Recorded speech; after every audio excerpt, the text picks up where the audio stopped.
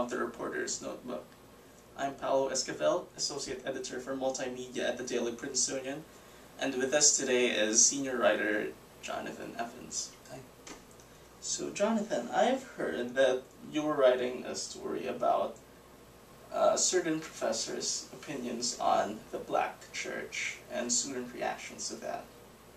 Can you tell us more? So I wrote about a religion professor here at Princeton. His name is Eddie Glaude.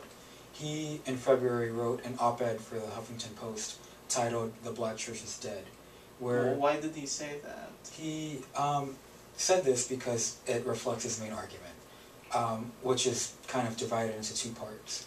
The first part of his argument is that the term "the Black Church" is itself a misnomer because of numerous factors, including a cultural fragmentation, which refers to competing voices such as Jay-Z or Oprah within the Black community, and fragmentation in terms of politics, which refers to the fact that there's a conservative emergence in terms of issues on abortion, same-sex marriage, that kind of contradict popular notions that the Black church has been a liberal or a progressive political movement. How have Princeton students responded? Well, response has been a bit mixed.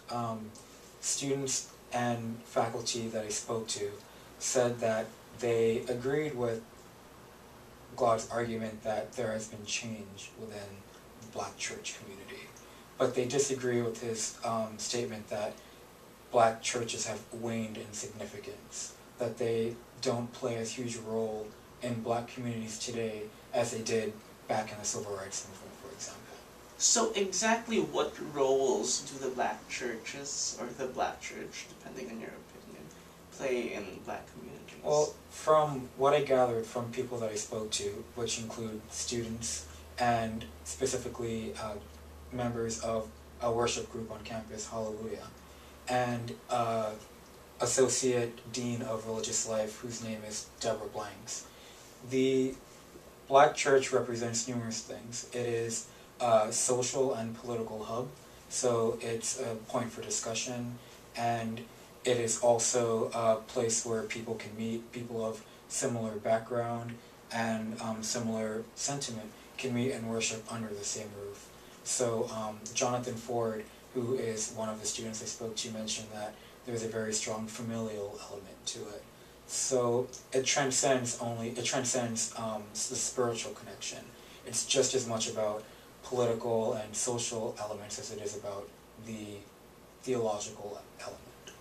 And here at Princeton, do African Americans feel the need to recreate a sort of Black church, or the Black church experience? Well, I spoke to a student whose name is Danielle Perry. She's a freshman. Okay. So it's her first year. She is transitioning from back at home to life on campus, and it's this slice of home that she felt was missing.